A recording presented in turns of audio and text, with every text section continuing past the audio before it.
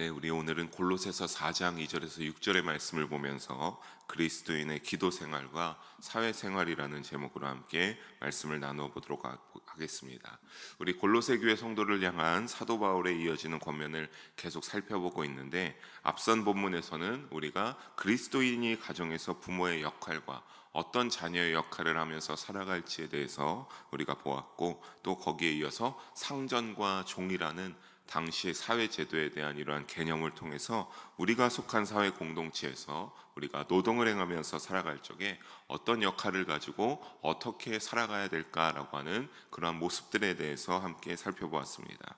거기서 이어지는 오늘 우리가 읽은 본문도 크게 두 부분으로 나누어 볼 수 있겠습니다. 기도 생활과 세상에서 믿지 않는 자들을 향해 어떤 자세를 취해야 할지 그리스도인들이 이렇게 살아가라라고 하는 것을 권면하고 있습니다. 이 시간에 사도 바울의 골로새 교회를 향한 이러한 내용의 권면을 보면서 사랑하는 성도 여러분, 우리에게도 그리스도인으로 살아가면서 전해지는 귀한 영적 교훈이 되기를 주님의 이름으로 소망합니다. 또 그 영적 교훈을 듣고 여러분의 마음과 믿음의 여정 가운데 어떠한 자세와 어떠한 마음으로 어떠한 생활을 취해야 될지 깨닫고 그대로 믿음으로 살아갈 수 있는 우리 모두가 되기를 주님의 이름으로 축복합니다. 2절의 말씀을 다시 한번 함께 읽어보도록 하겠습니다. 기도를 계속하고 기도에 감사함으로 깨어있으라. 아멘. 사도 바울이 골로새 교회 성도를 향하여 뭐라고 권면하고 있습니까? 기도를 계속하라라고 먼저 권면하고 있는 것을 보게 됩니다. 그런데 어떻게 하라고 합니까? 그냥 하는 것이 아니라 기도를 해야 되는 것은 우리가 너무나 잘 알죠. 근데 계속하고라고 합니다. 계속하고. 그냥 단순히 그때마다 하는 것이 아니죠. 이 계속하고라고 하는 것은 여러분 어떠한 형태인지 잘 아시죠? 현재 명령입니다. 늘 여러분의 믿음의 삶 가운데 기도를 하는 것을 계속 해야 되는 것을 사도 바울이 권면하고 있는 것이죠.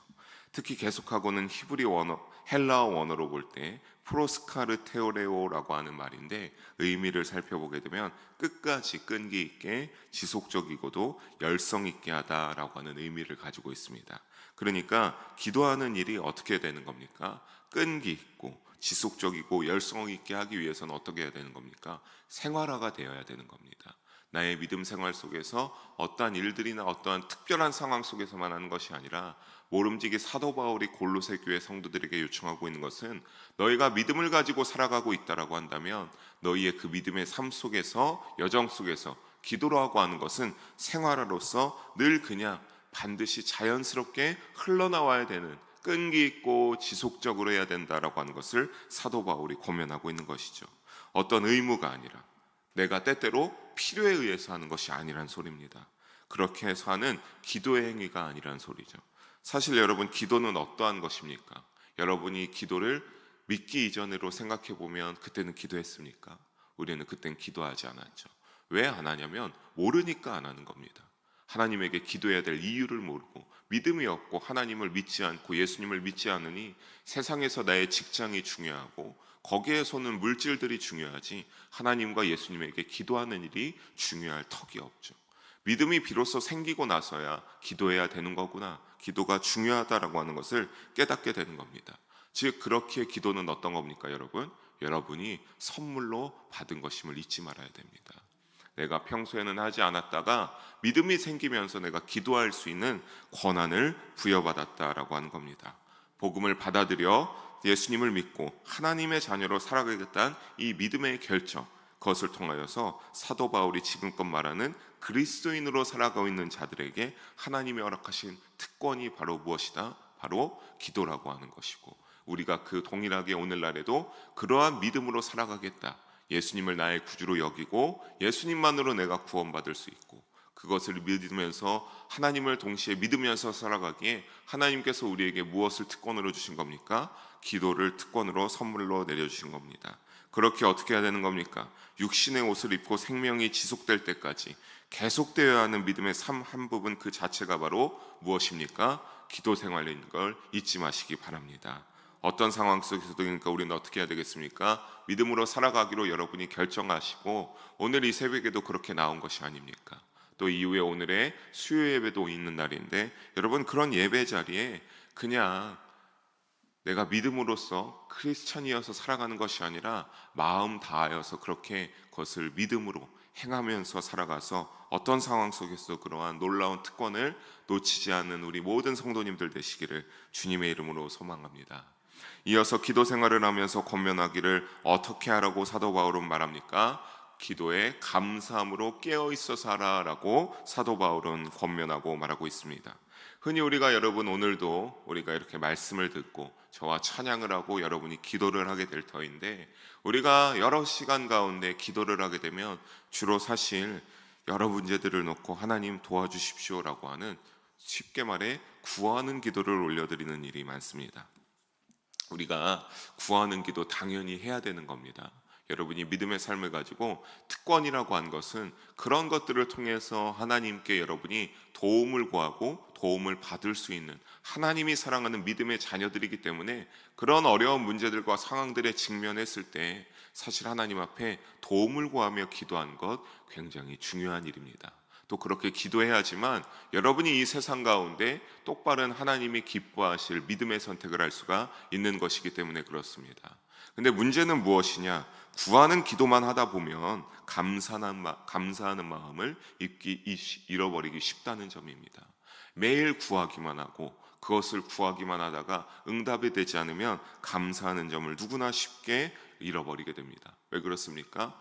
어느새 나도 모르게 나의 그것이 채워지지 않으니까 뭐 이러냐고 하면서 하나님 앞에 더 이상 감사를 하지 않기 때문이죠. 사실 우리가 기도하는 생활에 감사함으로 깨어있어서 기도해야 될 이유를 굳이 찾으라고 한다면, 여러분이 믿음으로 예수님에게 구원받은 것, 죄에서 구원받은 것, 그거 하나만으로도 늘 감사하면서 기도해야 될 이유가 되지 않겠습니까? 어느 누가 죄를 용서하기 위하여 자기의 아들을 죽여서 구원하십니까? 그거는 하나님밖에 없음을 우리가 알기 때문에, 그거 하나라만도 우리가 갚을 수 없는 은혜이기 때문에 하나님 감사합니다, 오늘도 그러한 은혜로 살아갑니다라고 우리가 기도해야 됩니다. 하지만 사도 바울도 말하는 것을, 그것을 향하여서 깨어서 하라고 본보기가 되는 사람이 바로 이 사도 바울입니다. 오늘 초반에도 감옥에 갇혀서 골로새 교회 성도들을 향하여서 감사 기도를 드리면서 서신을 시작하지 않았습니까? 1장 1절에 보면, 1장의 초반에 보게 되면 골로새 교회 성도들 때문에 감사하다라고 하면서 그 서신을 시작하는 것을 볼 수가 있습니다. 또 우리가 가장 잘 아는 이야기로 사도행전 16장에서 신라와 함께 복음을 전하는 그 바울이 어떻게 됐습니까? 매질을 심하게 당하고 발에 쇠고랑을 차고 감옥에 갇히게 되는 일을 당하게 되죠. 사도 바울과 신라는 그런 일을 참 누구나 되면, 거기에서 복음을 전하면 저였어도 그럴 것 같습니다. 하나님, 복음을 전했는데 나의 이러한 상편이 어떻게 이렇게 되는 것입니까? 라고 원망하고 너무나 힘들어서 할 수 있겠지만, 우리가 잘 아는 대로 바울과 신라는 어떻게 했습니까? 감옥에 갇혀서 매질을 당하고 몸도 제대로 가누기 힘든 상황 속에서도 하나님을 향하여 감사의 기도를 올려드리고 찬양으로 하나님께 영광을 올려드렸습니다. 그때 하나님께서 어떻게 하셨습니까? 큰 지진으로 감옥의 문을 여시고 쇠사슬이 그들의 발에서 풀리는 기적을 베풀어 주시죠. 즉 참된 기도 생활은 어떤 것입니까, 여러분? 감사로 완성되고 그때 우리의 영은 하나님의 은혜로 깨어있게 되는 줄로 잊지 마시기를 주님의 이름으로 부탁드리겠습니다. 바울과 신라처럼 그렇게 어려운 상황 속에서도 끝까지 믿음을 놓지 않고, 하나님 그런 상황 속에서도 어떤 기도를 올려드렸을까요? 나의 믿음을 그래도 남아있게 하심을 감사합니다. 하나님의 복음을 그래도 이 이후에도 전할 수 있게 하는 이 소명을 놓치지 않게 하심을 감사합니다라고 하는 그런 감사의 기도를 올려드리고 찬양을 이어가지 않았을까 생각해 볼 수 있습니다. 즉 사랑하는 성도 여러분, 우리의 참된 기도 생활의 끝은 어떻게 해야 되는 겁니까? 감사로 함으로 깨어서 하라는 이 사도 바울의 권면대로 되어야 될 줄로 믿습니다. 그냥 기도하는 생활화가 아니라 그 기도하는 생활 가운데 감사할 것들을 찾으시고 그것들을 통하여서 깨어있어서 여러분의 영이 늘 하나님께로 나아가야 되는 겁니다. 여러분은 그렇지 않으면 10년에 20년의 신앙생활에 매너리즘이 빠지게 되고 지치게 되고 사명을 더 이상 지금이면 충분히 감당했다라고 하면서 우리의 믿음이 쇠퇴할 수도 있기 때문에 그렇습니다. 기도와 감사로 영이 깨어있으므로 세상을 이기는 믿음을 소유하시고 하늘의 위로가 우리의 영 가운데 주님께서 충만히 베풀어 주시는 은혜를 체험하는 우리 모든 성도님들 한 분도 빠짐없이 되기를 주님의 이름으로 축복합니다. 사도 바울은 이어서 골로새 성도들에게 부탁합니다. 우리 3절과 4절의 두 절의 말씀 함께 읽어보도록 하겠습니다. 또한 우리를 위하여 기도하되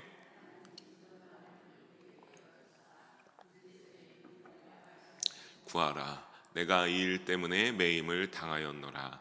그리하면 내가 마땅히 할 말로서 이 비밀을 나타내리라. 아멘. 3절을 다시 보게 되면 자신들을 위해서 어떻게 해달라고 하는 겁니까? 결국에는 중보 기도를 해달라라고 사도 바울이 골로새 교회 성도들에게 요청하고 있습니다. 여기서 우리를이라고 하는 것을 보면은 어떠한 사람들이겠습니까? 사도 바울과 에바브라, 디모데와 같은 복음 전파를 위해서 당시 하나님께 충성하고 있던 모든 동역자들 전부를 지칭하고 있는 것입니다. 그러한 모든 동역자들을 놓고 사도 바울이 어떤 중보기도의 제목을 요청하고 있습니까? 더 많은 전도할 문을 열게 해달라. 즉 이 말은 무엇이냐면 쉽게 말해서 우리가 더 복음 전파의 기회가 열려 그리스도의 비밀을 전하게 되길 바란다. 이것을 위하여 기도해달라라고 골로새 교회 성도들에게 요청하고 있는 겁니다. 사랑하는 성도 여러분, 그리스도의 비밀은 어떤 것이냐? 예수님만으로 구원받을 수 있다는 그 하나님의 놀라운 구원 역사와 계획들을 구약 시대에는 잘 알지 못하고 예표가 되긴 했었으나 예수님이 나타나심으로 어떻게 됐습니까? 이 비밀이 예수님으로만 통하여서 이루어질 수 있다라고 하는 것을 밝히 믿는 자들이 알게 된 것을 그리스도의 비밀이라 부를 수 있습니다. 즉 어떤 것입니까? 참 대단하죠. 감옥에 갇혀 있어서 편지로서 이 골로새 교회 성도들에게 권면하고 위로하고 있는 와중에도 어떠한 마음을 볼 수가 있겠습니까? 끝까지 복음 중심적으로 살면서 내가 이 사명을 죽을 때까지 해내겠다, 꼭 끝까지 놓치지 않겠다라고 하는 사도 바울의 결연한 모습을 우리가 동시에 살펴볼 수가 있습니다. 그리고 이 기도의 응답이 나타나는 성령의 인도하심이 나타나는 때가 된다면 자신은 마땅히 어찌한다고 합니까? 4절에 나오고 있죠. 복음 전파에 내가 마땅히 할 말로써 이 비밀을 열심히 전파하는데 힘을 내겠다. 그래서 예수님으로만 구원받을 수 있다는 하나님의 비밀을 전하는 길에 내가 분명히 열심으로 매진하겠다라고 하는 것을 골로새 교회 성도들에게 전합니다. 사도 바울의 전도에 대한 이러한 중보하는 기도하는 요청을 보게 되면서 결국 복음을 전파하는 사역이라는 것은 어떤 것입니까? 여러분, 복음 전파의 사역이라는 것이 개인에게로 하면 전도하는 것이 될 수 있지만 교회 공동체로 이루어지게 가면 우리 영일교회가 이 자리에서 마땅히 이 지역을 위하여서 복음을 전하는 일이 이 교회 공동체에게 복음 전파의 사역이 되겠죠. 근데 결국 사도 바울의 이러한 중보기도의 요청들을 보면서 이 복음을 전파하는 것은 어떤 것임을 알 수 있습니까? 인간의 힘이 아니라 누구의 힘으로 이루어져 간다? 주님의 힘으로만 이루어져 가는 것을 우리 역시 깨닫게 됩니다. 나의 힘으로 교회 공동체가 결국 많이 모이는 것도 사람들이 밝게 열심히 활동적인 것도 중요하지만 아무리 그렇게 한다고 해도 사람의 힘으로만 되는 것이 아닙니다. 복음 전파의 사역과 모든 복음의 결과에 귀한 열매들이 맺히는 건 누가 주관하셔야 됩니까? 하나님이 주관하시고 하나님이 믿음의 열매들을 맺히게 하여 주셔야 됩니다. 곧 이러한 것을 깨닫게 되는 우리 모든 성도님들은 어찌해야 됩니까? 우리가 섬기는 우리 영일교회 공동체를 위하여서 또 여러분을 위하여서 어떻게 해야 되는 겁니까? 기도로 동역해야 될 줄을 믿습니다. 그냥 그런 것들에 열심으로 하는 것도 좋지만 여러분, 우리의 삶에 그러한 모든 손짓과 열심을 하는 것을 통해서 하나님 복음의 열매를 맺게 해달라고 우리가 기도로서 마땅히 또 열심히 동역해야 되는 겁니다. 기도할 때 어떻게 하십니까? 주님이 선한 계획으로 인도하시고 역사하여 주시는 줄로 믿습니다. 영일교회 모든 성도님들과 사역을 위해 마음 다해 여러분 기도하시기를 주님의 이름으로 권면합니다. 우리 교회가 이 시대 어려운 시점에서도 주님의 귀한 사명들을 감당하는 주님의 몸된 교회가 될 수 있도록 여러분 생각날 때마다 기도해야 될 줄로 믿습니다. 그 기도가 교회를 살리게 되고 각 귀한 성도님들 한 명 한 명의 영혼을 주님께로 인도하여 주시는 것이기 때문입니다. 여러분, 교회를 위하여 기도하고 마음 다하는 우리 모두가 되기를 주님의 이름으로 부탁드리겠습니다. 이어서 5절을 봅시다. 5절을 함께 읽어봅니다. 외인에게 대해서는 지혜로 행하여 세월을 아끼라. 아멘. 여기 보면 외인이 나오고 있습니다. 외인이라는 문자 그대로 밖에 있는 사람을 지칭하는 것이죠. 근데 여기에서 이제 골로새 교회 성도들을 향한 사도 바울의 권면에서 보게 되면 거기에 너희에 있는 외인이라고 하는 사람은 결국엔 누구를 가리키는 것이겠습니까? 믿음이 없는 사람들, 아직 하나님을 믿지 않아서 교회 안에 있지 않은, 교회 밖에 믿지 않는 사람들을 가리킵니다. 이 외인을 향하여서 할 때 지혜로 행하여 세월을 아끼라라고 권면하고 있습니다. 여러분, 골로새 교회 성도들의 때에도 그랬고 오늘도 그렇습니다. 우리의 삶은 아직 예수님을 모르고 믿지 않는 사람들과 함께하면서 우리가 살아가고 있습니다. 그들과 함께 살아가면서 사도 바울은 어떻게 하라? 지혜로 행하며 세월을 아끼라고 권면하고 있습니다. 여기서 말하는 지혜로 행하는 것은 단절의 의미가 아닙니다. 그냥 우리가 더 지혜로워야 된다 이런 것도 물론 맞겠지만, 그런데 우리가 그냥 그것에 우리의 지혜를 위하여서만 그렇게 단절하면서 살아가는 것이 아닙니다. 예수님도 마태복음 10장 16절에 뱀과 같이 지혜로울 것을 권면하시면서 너희가 세상 가운데 이렇게 뱀같이 지혜롭게 살라고 하는 것은 단절의 기회가 아니라 믿는 자들의 좋은 품행이 세상에서 하나님께 돌아오게 하는 기회가 되어 지혜롭게 살라라고 하는 그러한 권면입니다. 사랑하는 성도 여러분, 지혜롭게 사는 여러분이 되기를 주님의 이름으로 축복합니다. 이런 지혜로 세월을 아낀다. 그것은 바로 기회가 왔을 때 복음을 전하여 아직 믿지 않는 영혼, 이 외인들을 하나님께로 적극적으로 인도해라 라고 하는 권면을 사도 바울이 골로새 교회 성도들에게 말하고 있는 겁니다.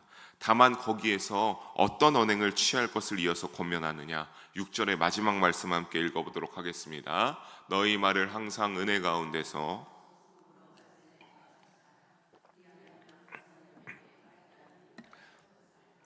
아멘.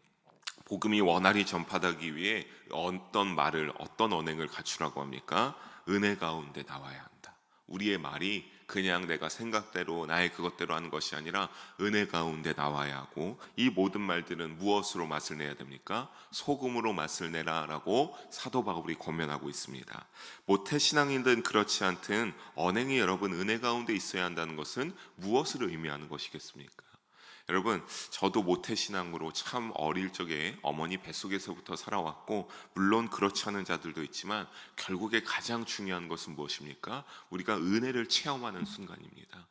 정말 옛날부터 믿었던, 그렇지 않던 여러분, 하나님을 인격적으로 만나는 이 은혜의 체험이 있어야만 우리의 믿음이 더욱더 깊어지고 하나님을 향해서 꾸준한 믿음으로 살아갈 수가 있습니다. 즉 이것은, 그래서 은혜 가운데 너희의 말이 있어야 된다라고 하는 것은 나의 믿음에 연약할 때가 있었을 때 하나님의 임했던 그 은혜로 나의 믿음이 은혜 가운데 성장하게 하신 것처럼 그것을 잊지 말고 외인들에게, 믿지 않는 사람들에게 어떻게 해라? 은혜 가운데 그것을 잊지 말고 그렇게 말해야 된다라고 사도 바울이 친절하고 부드러운 말투를 하라라고 그렇게 요청하고 있는 겁니다. 다만 그 말 가운데 맛은 어때야 되는 겁니까? 빛과 소금으로 살아가는 우리이기 때문에 소금의 맛을 내야 된다라고 말하죠. 여기서 말하는 소금의 맛은 무엇이겠습니까? 바로 은혜의 맛이겠죠. 우리가 그 은혜 받은 때를 기억하고 우리의 믿음이 기억한 것을 말하게 되면 우리가 그 은혜의 맛을 그 사람에게 전달하는 그 은혜의 맛이 바로 여기서 말하는 소금의 맛이 되는 것입니다. 예수님이 왜 중요한지 가치를 전달하는 은혜의 맛을 끼쳐야 함을 권면하고 있는 것이죠. 우리는 이렇게 하기 위해 노력하면 성령께서 도우셔서 마지막과 같이 어떻게 한다고요? 마땅히 대답할 것을 알리라. 여러분, 이렇게 은혜 가운데 우리가 거여서 이 은혜를 잘 어떻게 전파할까 하는 이러한 마음을 그냥 가지고 있다 보면 그 이후의 일은 성령님께서 마땅히 인도하시고 도와주신다라고 하는 것입니다. 이것을 의지하고 그렇게 살아가는 여러분의 믿음의 삶이 되기를 주님의 이름으로 축복합니다. 말씀을 맺습니다. 사랑하는 성도 여러분, 결국 오늘 본문에서 그리스도인에게 요청되는 것은 무엇입니까? 기도와 말입니다. 기도 생활에 힘쓰는 믿음의 여정이 되기를 주님의 이름으로 축복합니다. 그래야 우리의 영을 온전히 깨어있게 합니다. 영이 온전하게 깨어있는다는 것은 굉장히 중요합니다. 우리의 맡은 사명과 교회의 직분 가운데 나의 힘으로 이루어진다, 내가 잘한다라고 하는 이런 쓸데없는 교만함으로 행하지 않도록 하여 하나님께 더욱 의지하게 나아가고, 그때에서야 직분에 맡은 모든 믿음의 열매들과 결실들이, 누가 영광받는 열매들이 열리는 겁니까? 주님이 주관하시기에 주님이 기뻐하시는 열매들이 맺게 되는 것이죠. 여러분, 그러한 마음이 없이 함부로 내가 어떠한 기가 막힌 상황에서 내가 이것이 하나님이 나를 인도하시고 한다, 맞습니까? 물론 그것도 맞습니다. 근데 제가 믿음으로 살아가면서 볼 때 그러한 일들은 어떤 것이냐, 내가 어떻게 거부할 수가 없는, 손 쓸 수가 없는, 내가 이때 이런 상황들이 일어났을 때 순종할 수밖에 없다, 하나님의 은혜에 내가 응답할 수밖에 없다, 이것을 행함으로 이러한 마음이 어떻게 거부할 수가 없는 것이 되기죠. 내가 마음에 적절하고 좋은 상황의 타이밍이 나와서 한다, 여러분 그것은 교만함입니다. 내가 좋아서 하는, 내 입맛에 맞는 것이기 때문에 그렇죠. 하나님은 지금 그렇게 하지 않으심을 꼭 잊지 말고, 우리가 그렇게 어떻게 해야 되는 겁니까? 믿음으로 살며 주의 일에 쓰임받는 것이 영적인 일에서 주님이 지시는 능력으로만 성공할 수 있다. 나의 힘으로 되지 않는다. 여러분 그렇게 하면 내가 원하지 않아도 그 상황 가운데로 주님이 어떻게 하시든 끌고 가시고 그것에서 열매 맺기 위해서 인도하여 가시기 때문에 여러분 꼭 그렇게 주님만 의지하며 기도로 나아가는 그런 생활이 되기를 주님의 이름으로 축복합니다. 또 이것이 우리가 살아가는 세상 속, 사회 세상 속에서 은혜에 머물게 되어서 어떻게 됩니까? 덕이 되는 말과 행동을 나오게 합니다. 그 말과 행동으로 주님은 복음을 전하게 하시기도 만들고 세상의 사단 속에서 여러분의 영적 전투를 믿음의 승리로 인도하여 주십니다. 오늘 이 새벽에도 우리가 이 영적 교훈을 붙잡고 기도함으로 우리의 영이 하나님을 향하여 깨어나 온전하게 되고, 오늘 하루 이 세상의 삶에서 믿음을 지킴으로 하나님의 생명이 우리를 통해 흘러가게 하심을 주님의 이름으로 축복하고 소망합니다. 그렇게 살아가면서 기도의 생활과 말에 신경 쓰는 우리가 되기를 주님의 이름으로 축복합니다. 기도